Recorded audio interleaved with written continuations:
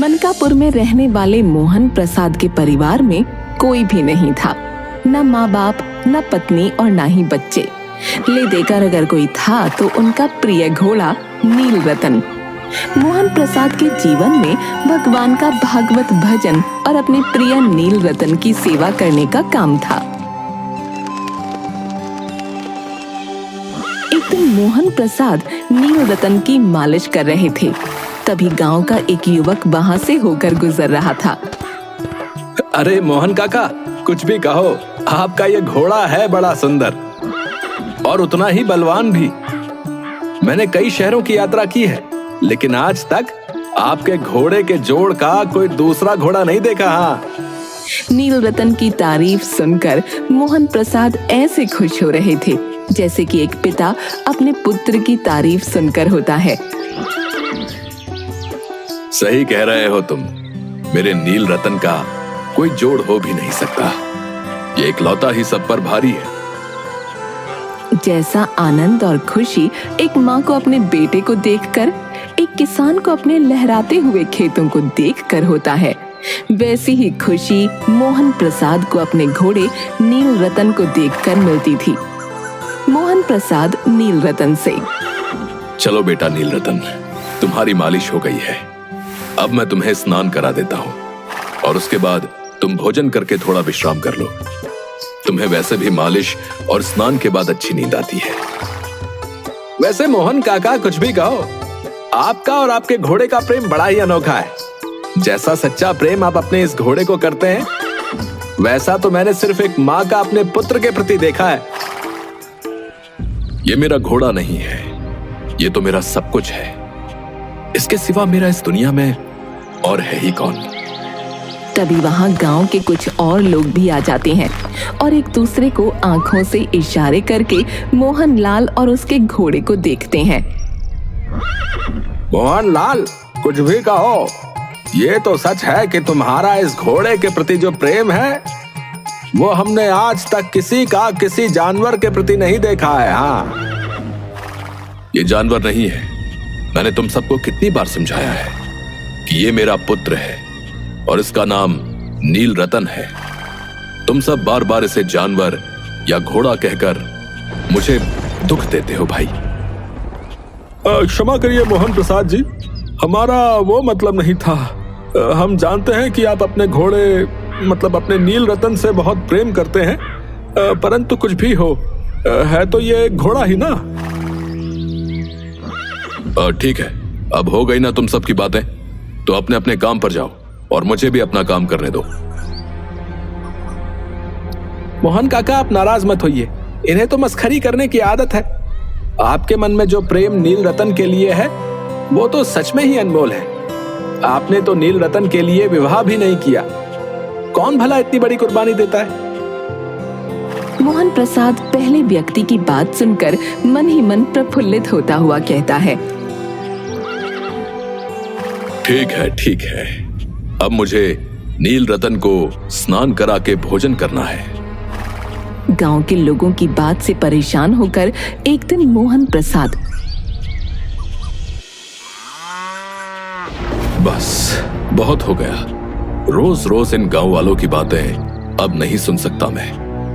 ये घर छोड़कर गांव के बाहर वाले मंदिर में रहना शुरू कर देता हूं। उधर से तो लोगों का आना जाना भी कम है, ना कोई आएगा जाएगा और ना ही मुझे किसी की बातें सुनाई पड़ेंगी। आराम से भगवान का भजन कीर्तन करूंगा और अपने नील रतन की देखभाल करूंगा। उसे किसी चीज का मोह नहीं था सिवाय नील रतन के, पर नील रतन से बिछुड़ने की वेदना उनके लिए असह्य थी। जब कभी कोई नील रतन से बिछड़ने की बात कह देता तो मोहन प्रसाद बोलते, अब मैं इसके बिना नहीं रह सकूंगा। वो उसकी चाल पर लट्टू थे, कहते, ऐसे चलता है जैसे मोर घनघटा को देखकर नाच रहा हो। आहा। गांव के लोग इस प्रेम को देखकर चकित थे। कभी कभी कनखियों से इशारे भी करते थे, परंतु मोहन प्रसाद को इसकी परवाह न थी। जब तक संध्या समय नील रतन पर चढ़कर 8-10 मील का चक्कर नहीं लगा लेते, उन्हें नींद नहीं आती। दूसरी तरफ उस इलाके में प्रसिद्ध डाकू खड़ग सिंह के ठिकाने पर खड़ग सिंह के कानों तक भी नील रतन की कीर्ति पहुंची। नील रतन की तारीफ सुनकर मेरा हृदय उसे देखने के लिए व्याकुल हो रहा है। अब मुझसे और बर्दाश्त नहीं होता। मैंने सोच लिया है कि मैं उस अद्भुत घोड़े को देखने अवश्य जाऊंगा। वो एक दिन दोपहर के समय मोहन प्रसाद के पास पहुंचा। नमस्कार मोहन प्रसाद। खड़ग सिंह नमस्कार करके बैठ गया। खड़ग सिंह, क्या हाल है? आपकी दया है। कहो, इधर कैसे आ गए? नील रतन की चाह खींच लाई। विचित्र जानवर है, देखोगे तो प्रसन्न हो जाओगे। मैंने भी बड़ी प्रशंसा सुनी है। उसकी चाल तुम्हारा मन मोह लेगी। कहते हैं देखने में भी बहुत सुंदर है। क्या कहना, जो उसे एक बार देख लेता है उसके हृदय पर उसकी छवि अंकित हो जाती है। बहुत दिनों से अभिलाषा थी, आज उपस्थित हो सका हूं।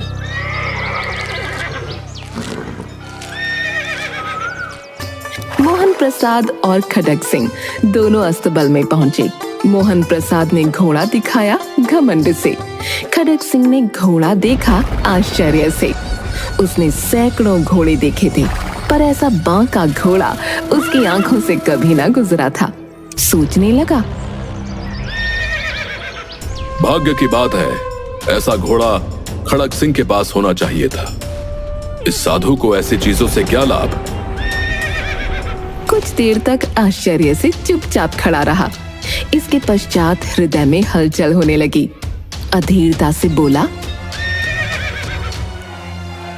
परंतु बाबा जी, अगर इसकी चाल न देखी तो फिर अधूरा सा लगेगा। सही कहा तुमने खड़ग सिंह, मेरे नील रतन की चाल तो सबसे मनमोहक है। मोहन प्रसाद जी भी मनुष्य ही थे। अपनी वस्तु की प्रशंसा दूसरे के मुख से सुनने के लिए उनका हृदय अधीर हो गया।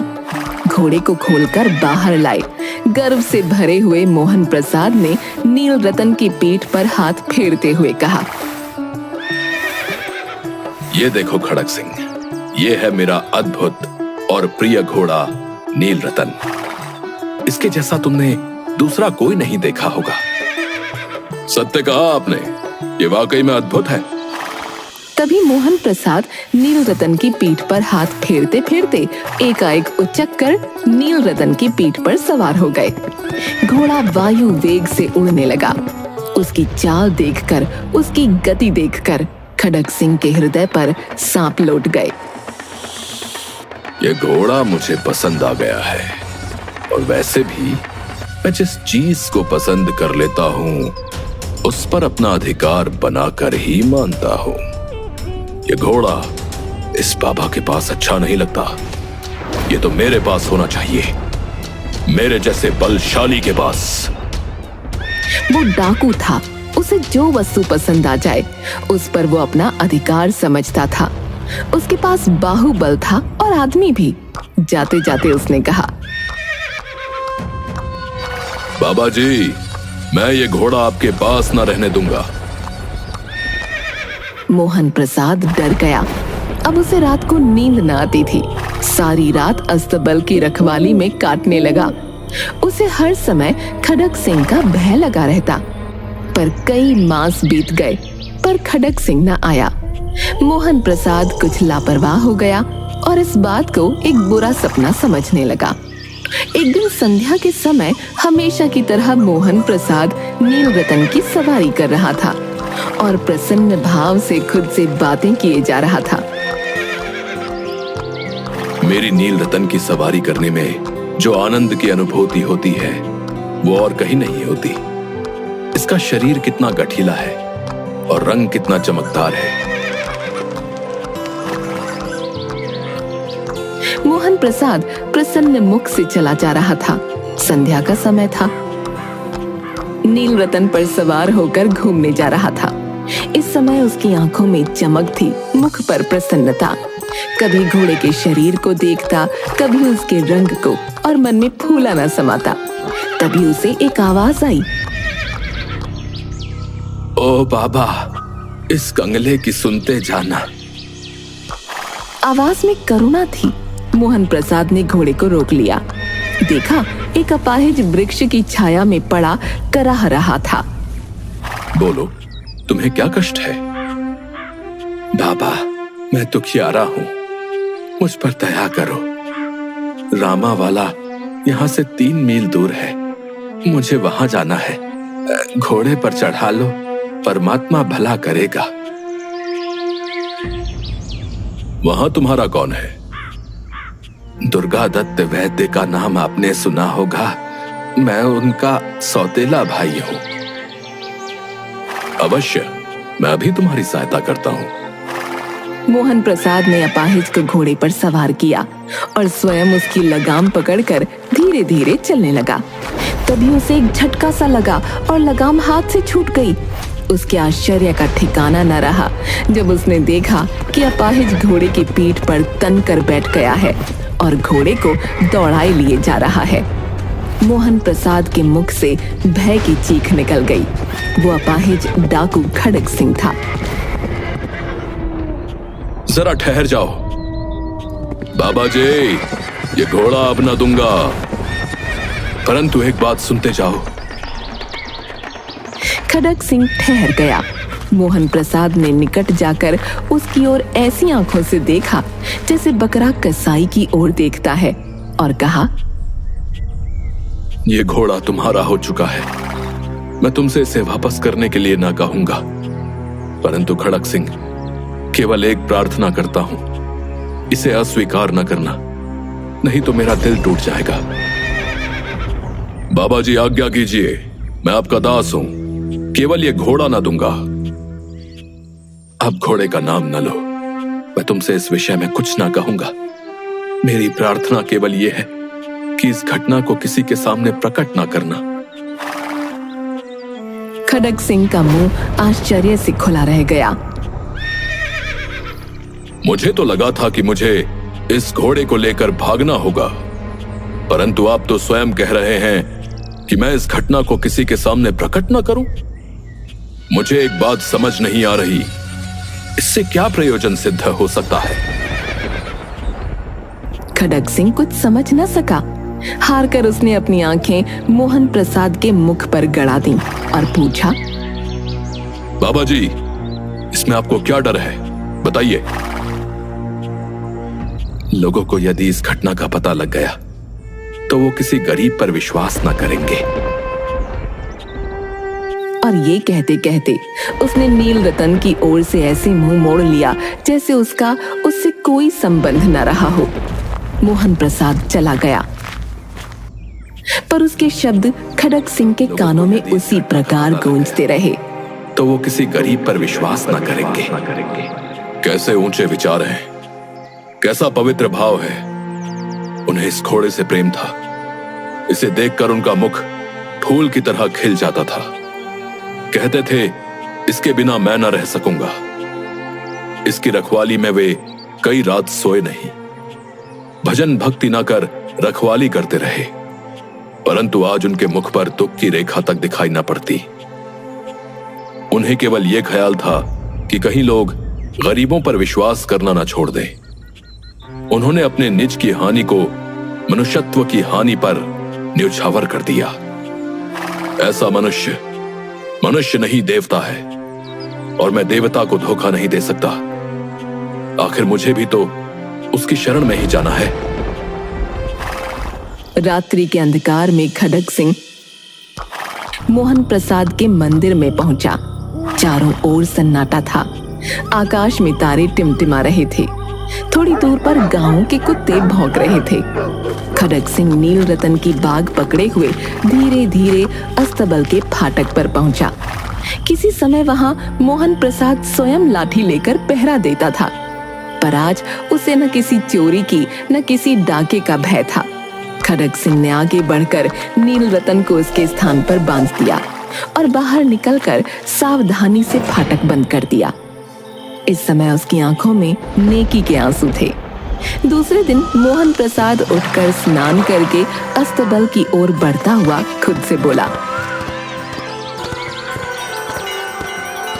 चलो जल्दी से नील रतन को कुछ चारा और पानी दे देता हूँ। अचानक उसके तेजी से बढ़ते हुए कदम वहीं पर रुक गए। अरे, नील रतन तो अब मेरे पास है ही नहीं। मैं कैसे भूल गया। मेरा बेटा। मोहन प्रसाद दौड़ता हुआ नील रतन के पास पहुंचा और उसके गले से लिपटकर इस तरह रोने लगा जैसे बिछड़ा हुआ पिता बहुत समय के पश्चात अपने पुत्र से मिलकर रोता है। बार बार उसकी पीठ पर हाथ फेरता, बार बार उसके मुंह पर थपकियां देता और कहता, अब कोई गरीबों की सहायता से मुंह न मोड़ेगा।